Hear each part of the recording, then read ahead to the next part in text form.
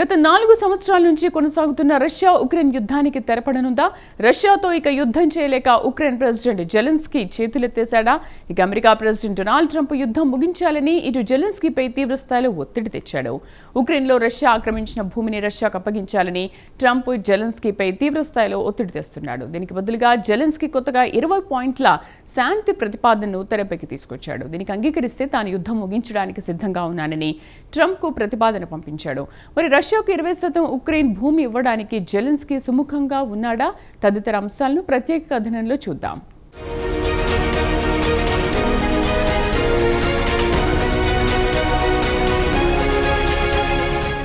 Russia Ukraine యుద్ధం వచ్చే ఏడాది ముగుస్తుందని రష్యా మీడియాలో పెద్ద ఎత్తున వార్తలొచ్చాయి. అది కాకుండా ఇరు దేశాల మధ్య యుద్ధాన్ని ముగించడానికి అమెరికా ప్రెసిడెంట్ ట్రంప్ జోక్యం చేసుకుని కొన్ని ప్రతిపాదనలు చేశాడు.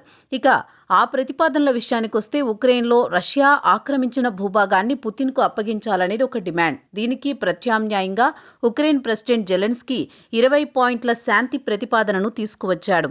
ఈ ప్రతిపాదనను అమెరికాకు షేర్ చేశారు. ఇక ఈ ప్రతిపాదనలోని కీలక అంశాల విషయానికొస్తే డాన్బాస్కో నుంచి ఇరు దేశాలకు సంబంధించిన సైనికులు అక్కడి నుంచి స్వచ్ఛందంగా ఉపసంహరించాలి.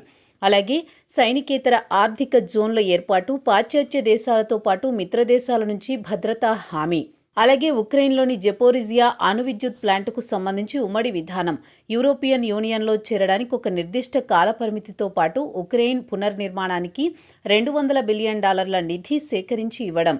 ఈ షరతులను రష్యా అంగీకరించాల్సి ఉంటుంది. ఇక పుతిన్ కూడా ఇప్పటికే పలుమార్లు తన డిమాండ్ అంటే తాము ఆక్రమించిన భూభాగాన్ని సరే ఇస్తే లేదంటే యుద్ధాన్ని మరింత తీవ్రతరం చేస్తామని హెచ్చరించాడు.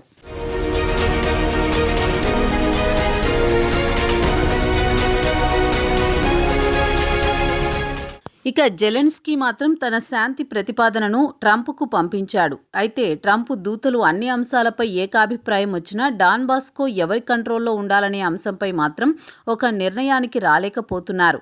ఇక ఉక్రెయిన్ ప్రెసిడెంట్ జెలెన్స్కీ మాత్రం కొన్ని సున్నితమైన అంశాలపై ట్రంప్తో చర్చించాలని అనుకుంటున్నాడు.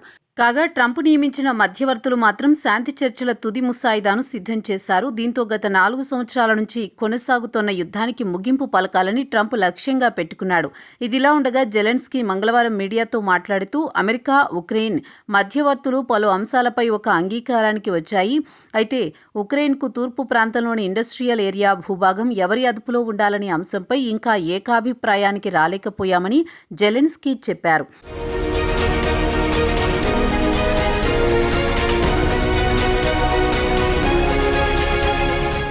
అమెరికా నాయకులతో కొన్ని సున్నితమైన అంశాలపై చర్చించడానికి తాము సిద్ధంగా ఉన్నామని ఉక్రెయిన్ నాయకులు చెబుతున్నారు. ఉదాహరణకు ఉక్రెయిన్ భూభాగం రష్యాకు అప్పగించే అంశంపై అమెరికాలోని అగ్రనాయకత్వంతో చర్చించాల్సి ఉందని బుధవారం నాడు ఉక్రెయిన్ ప్రెసిడెంట్ కార్యాలయం విడుదల చేసిన ప్రకటనలో పేర్కొంది. ఇక జెలెన్స్కీ 20 పాయింట్ల ప్లాన్ను అమెరికాలోని ఫ్లోరిడాలో ట్రంప్ అడ్మినిస్ట్రేషన్ సీనియర్ అధికారులకు వివరించారు. ఆ వివరాలను రష్యాకు పంపించారు.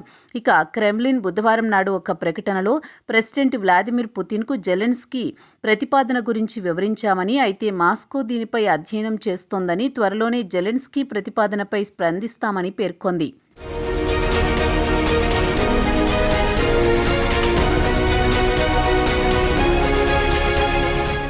అయితే ఉక్రెయిన్ ట్రంప్ వాషింగ్టన్ శాంతి ప్రతిపాదనలో మార్పులు చేర్పులు చేయాలని ఒత్తిడి పెంచుతోంది. ఇక ట్రంప్ పుతిన్కు అనుకూలంగా శాంతి ప్రతిపాదనలు తెస్తున్నాడని, పుతిన్ డిమాండ్లను యథావిధిగా అమలు చేయడాన్ని జెలెన్స్కీ అంగీకరించడం లేదు.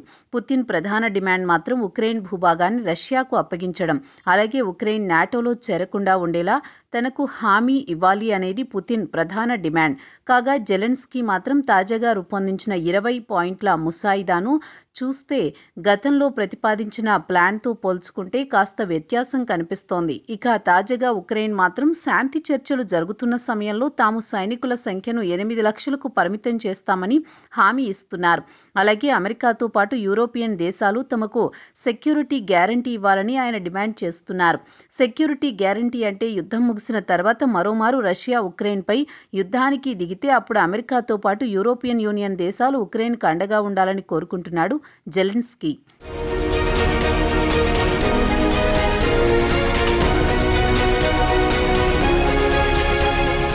అయితే చర్చల్లో పురోగతి కనిపించినా కీలకమైన అంశం ఉక్రెయిన్ భూభాగం విషయంలో అమెరికా, ఉక్రెయిన్ మధ్య ఏకాభిప్రాయం రాలేకపోతున్నాయి. ప్రధానంగా ఉక్రెయిన్కు తూర్పు ప్రాంతంలో ఉన్న డొనెస్క్తో పాటు లుహాన్స్క్ రీజియన్ ఎవరి కంట్రోల్లో ఉండాలి అనే అంశం ఒక కొలిక్కి రావడం లేదని జెలెన్స్కీ చెప్పారు. జెలెన్స్కీ చెప్పేదేమంటే దళాలు ప్రస్తుతం ఎక్కడ ఉన్నాయో అక్కడ నుంచి ముందుకు కదలడం లేదన్నారు. అయితే మాస్కో మాత్రం డొనెస్క్ రీజియన్ నుంచి పూర్తిగా ఉక్రెయిన్ సైనికులు వైదొలగాలని డిమాండ్ చేస్తోంది. అయితే డొనెస్క్ రీజియన్లో 4వ వంతు ఉక్రెయిన్ తమ అదుపులో ఉంచుకుంది. డొనెస్క్ రీజియన్కు రష్యాకు అప్పగించడానికి ససేమిరా అంటోంది. పుతిన్ మాత్రం తమకు ఉక్రెయిన్ భూభాగం అప్పగించాల్సిందే అని అమెరికాపై ఒత్తిడి పెంచుతున్నాడు. దీనిపై ఏకాభిప్రాయానికి రాలేకపోతున్నారు. అయితే జెలెన్స్కీ ఇక్కడ రెఫరెండం నిర్వహిద్దాం, ప్రజలు రష్యాలో కలుస్తామంటే దానికి తాను అభ్యంతరం చెప్పనని అంటున్నాడు.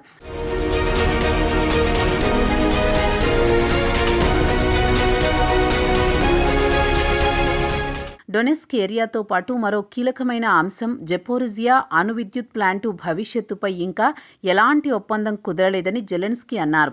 యూరోప్లో అతి పెద్దది ఈ అణు విద్యుత్ ప్లాంటు యుద్ధరంగానికి సమీపంలో రష్యా సైనికులు ఆక్రమించిన భూభాగంలో ఉంది.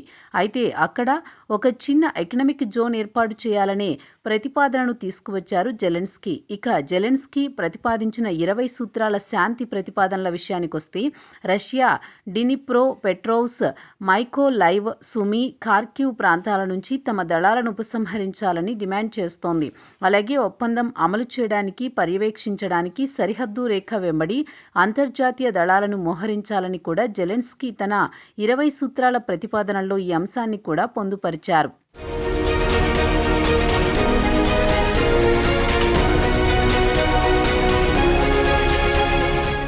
ఇక అసలు విషయానికొస్తే జెలెన్స్కీ మాత్రం తనకు రష్యన్లపై నమ్మకం లేదని తేల్చి చెప్పాడు. ఇప్పటి వరకు వారు ఇచ్చిన హామీలను సక్రమంగా అమలు చేయలేదు, పుతిన్ను నమ్మలేం అని అంటున్నాడు జెలెన్స్కీ.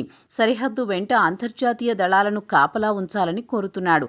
ఎందుకంటే పుతిన్ బుద్ధి ఎప్పుడు ఎలా మారుతుందో తెలియదు.